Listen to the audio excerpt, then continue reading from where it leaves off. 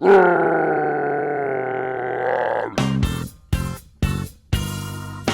everybody, Stu Carter here from Atamaii TV, and we're super hyped this week because it's Avengers Age of Ultron movie is out.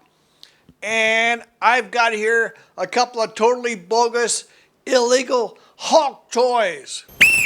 Stop right there! Drop that toy! Copyright theft is a violation of international law, so don't do it, or I'll put you in the big house. Yeah, that's right. Don't buy the bootleg toys. These are bogus. I got these to show to you as examples of what not to get.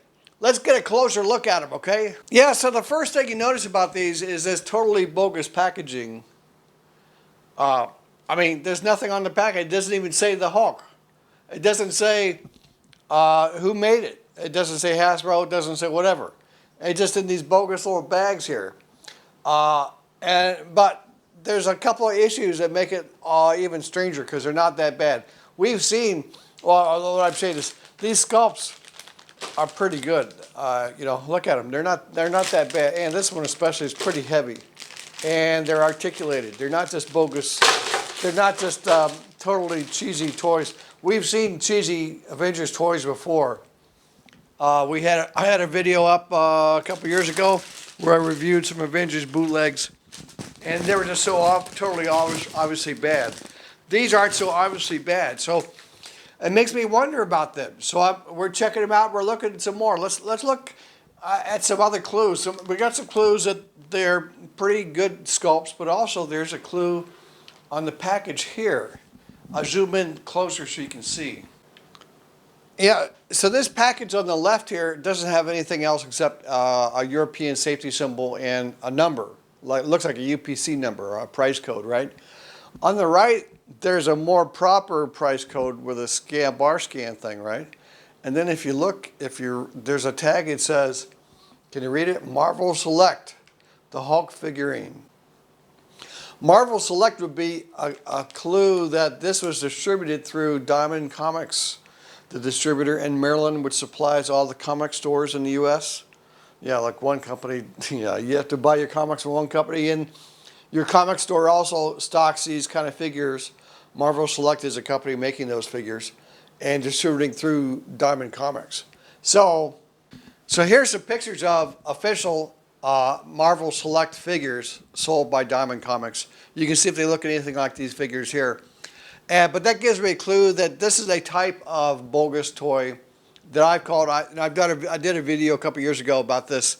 There are three types of rip-off toys. This is the one I term fell off the truck. It means that I believe these toys were authentically made. They were made by the company, the factory that's supposed to make these toys. Maybe it's in Indonesia or China, I don't know. And except Diamond Marvel Select said, all right, that's it, no more, just stop after 20,000. But they kept making some. They had leftovers. And they didn't have the packaging for some reason. Maybe the packaging was tighter controlled. Maybe the packaging goes on at another place. So they just repackaged them this way. And they didn't put the labels and stuff on because they don't want to get busted. So it's sort of it's an official toy, but it's illegally sold because it's not supposed to be sold this way. They're all supposed to go to the U.S. first, distributed in North America, Canada, and U.S., and then they could be shipped overseas as well. But they're got to be, if they're doing that, they're going to be sold in the proper packaging. That's fell off the truck. That's what I call this kind of a ripoff.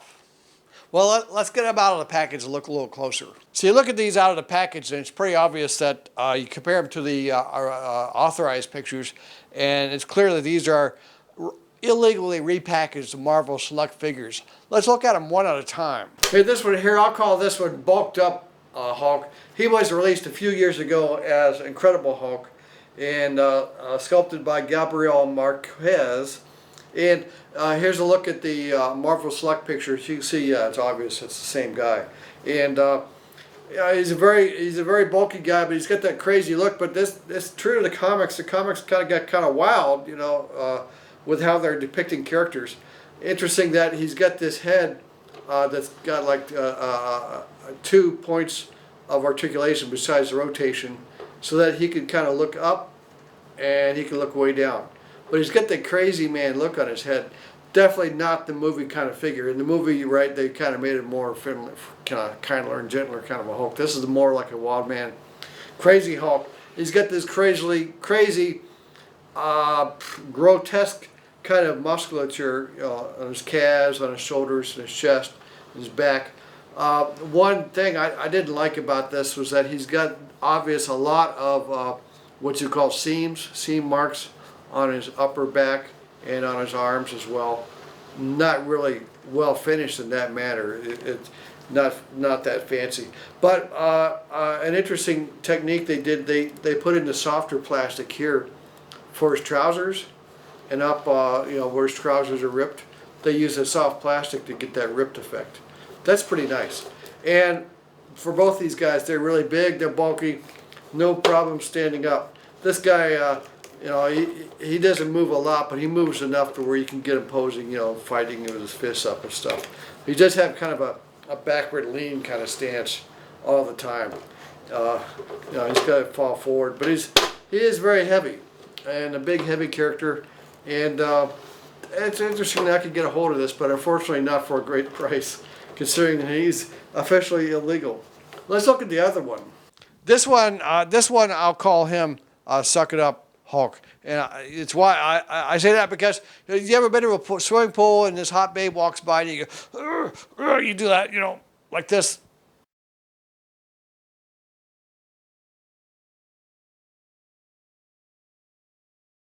Yeah, that's what I call suck it in. Yeah, I'm buff.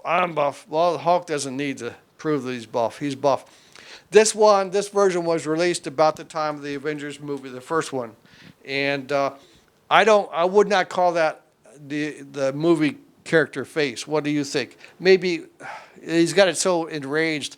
The movie character's face was not so enraged all the time. There's a lot of time when you saw a close up of his face, he was kind of a nice guy looking kind of face. But it's up to you. What do you think? You tell me in the comments. He's got these weird black toenails, and the ripped trousers. Articulates well, no problem. And of course, he's heavy, and he'll hold a pose. And because of that, I can recommend this guy to use for stop motion animation.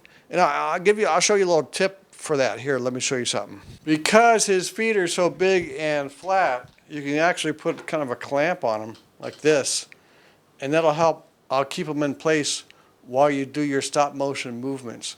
Of course, if the character moves while you're doing stop motion, you kind of ruin the effect. So it's nice if you can keep them fixed in place, and you can do something like this.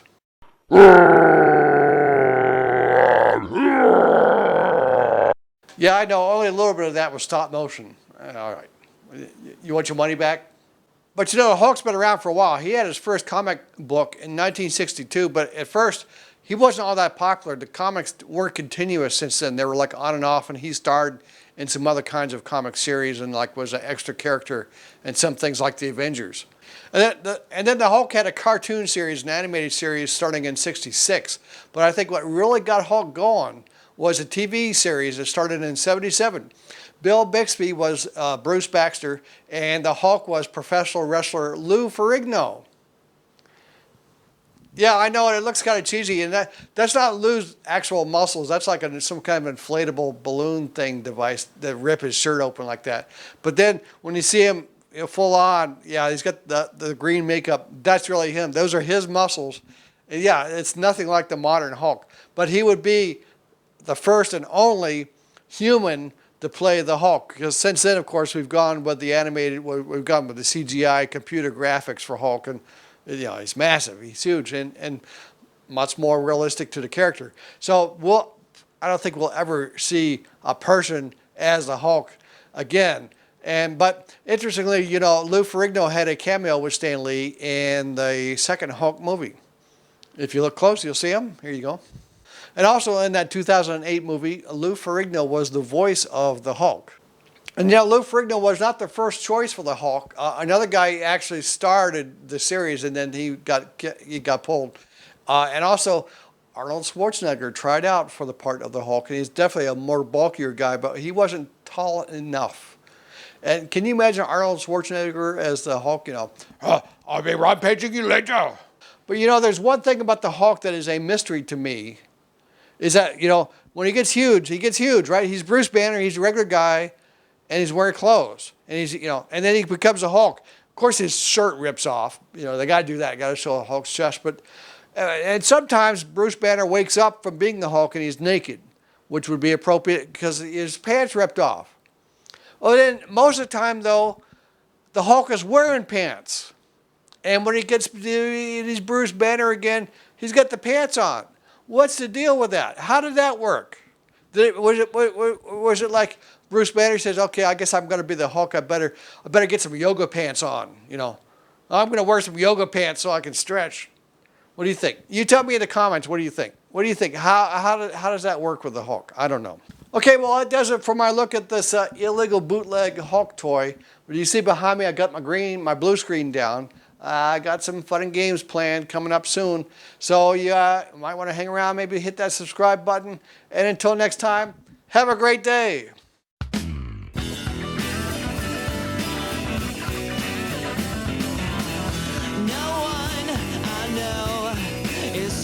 To kill me, I guess I'm doing okay.